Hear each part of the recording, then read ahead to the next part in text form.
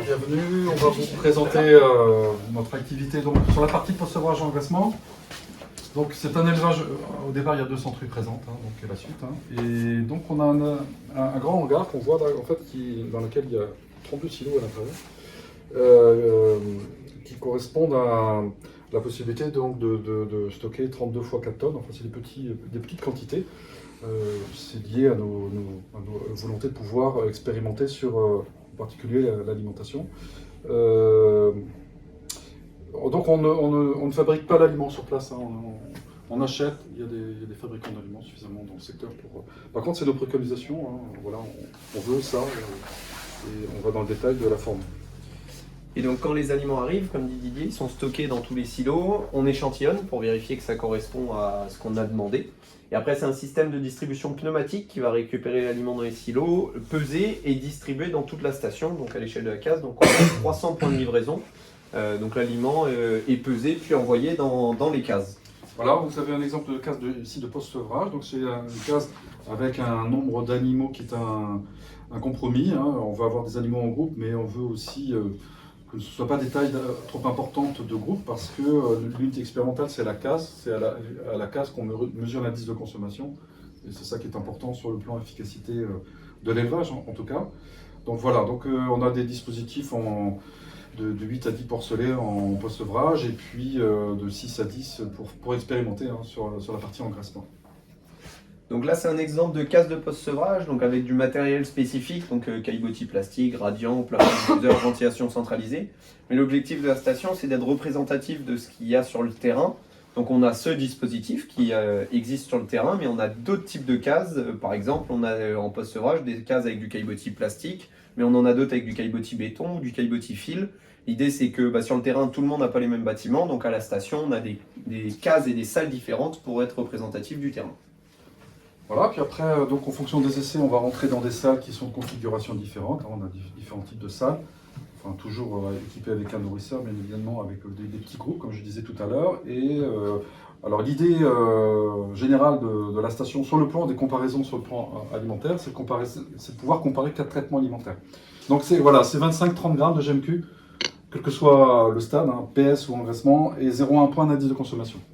Également en post-sevrage et engraissement. C'est ça la configuration. Et donc là, on est sur des salles qui permettent de travailler à l'échelle de la case, mais on a aussi des salles qui permettent de travailler à l'échelle de l'individu. Donc là, c'est sur l'ordinateur. Donc on a des salles qui ont été équipées. Donc là, on a des post-sevrages qui ont été équipés d'automates. Donc on a par case 2 automates d'alimentation, un abreuvoir connecté, une bascule connectée. Et donc les animaux sont tous pucés individuellement par RFID. Et donc à chaque visite, on a la quantité d'aliments consommés ou la quantité d'eau consommée et le poids des animaux. Ce qui nous permet de travailler sur ces données à l'échelle individuelle. Récemment, on a rajouté dans les cases aussi des caméras au-dessus des cases qui permettent de travailler soit de manière automatique, soit de manière manuelle, mais ça peut être sur l'activité des animaux, la répartition des animaux dans la case, l'agressivité entre les animaux, la codophagie, par exemple la compétition à l'entrée de l'abreuvoir, des choses comme ça. Et donc ce dispositif en post-sevrage, on a un dispositif très similaire en engraissement, avec des cases d'engraissement qui ont été équipées récemment d'automates d'alimentation. Je dis récemment, on avait des automates d'alimentation, mais récemment on en a des nouveaux. Donc on a un automate d'alimentation qui permet de mélanger 3 aliments différents. Et là, on peut individualiser, c'est-à-dire que si on veut qu'un tiers des cochons, ils ont un mélange AB, le deuxième tiers AC et le troisième tiers BC, on fait comme on veut. Et donc c'est un automate peseur en vert avec la bascule connectée et des abreuvoirs connectés qui permettent aussi de récupérer la consommation d'eau individualisée. Et donc là aussi on peut rajouter des caméras au plafond de la salle pour suivre ce qui se passe dans la salle, l'activité des animaux, les possibles bagarres, les choses comme ça. Donc après nos animaux, quand ils sortent de là, ils partent pour l'abattoir. Voilà, à l'abattoir. Donc nos essais en aliment, on ne se contente pas de regarder simplement des histoires de GMQ, d'indice de consommation. Dans beaucoup d'essais maintenant, on a introduit des notions de comportement des animaux, donc basées sur éventuellement la vidéo, mais ce n'est pas forcément ça, c'est plutôt du scan. Et surtout aussi sur tout le suivi clinique des animaux, donc on va faire des revues d'état corporel des animaux. Individuellement, on va les regarder de chaque côté pour voir toutes les plaies qu'ils peuvent avoir, et les dénombrer et les comparer selon le traitement. Ça peut être utile, voilà. Donc après à l'abattoir, une fois qu'on a toutes ces informations-là, on les envoie à l'abattoir pour déterminer le taux de muscle de la carcasse issue de l'animal qu'on a identifié en élevage. Donc on va à l'abattoir pour faire la correspondance entre le numéro de tuerie de la carcasse et le numéro individuel de notre cochon, de notre élevage. Donc ça suppose notre présence. Et après, à l'issue de ça, on peut, en fonction des essais, donc ça peut être très différent, être amené à prélever différents organes, donc des os par exemple, si on va faire de la minéralisation osseuse. On peut éventuellement aussi aller prélever, enfin regarder les poumons, bon ça c'est assez classique, mais aussi aller prélever des bouts des segments d'intestin ou d'estomac. Donc voilà, c'est au cas par cas en fonction de la demande des essais. Et on a surtout donc un autre matériel, le scanner à rayon X, qui permet de déterminer très précisément la composition corporelle d'un animal. Alors c'est à la fois un animal vivant, mais aussi une carcasse. Voilà, c'est très précis. Hein. Donc vous avez dû voir la présentation de ce type de choses. Ça c'est très discriminant pour voir selon des profils alimentaires, de voir l'effet sur la carcasse. Parce que le TMP n'est pas suffisamment discriminant.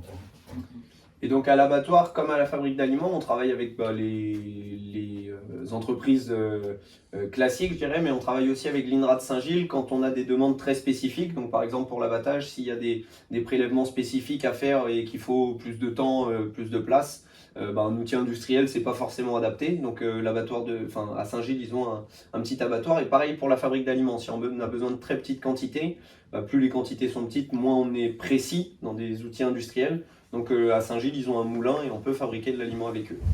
Et donc à la station, là on a présenté plutôt des essais alimentaires, mais comme disait Didier, dans les essais alimentaires, on ne fait pas que d'observer la croissance des animaux et la consommation d'aliments, on regarde aussi le comportement des animaux, la santé.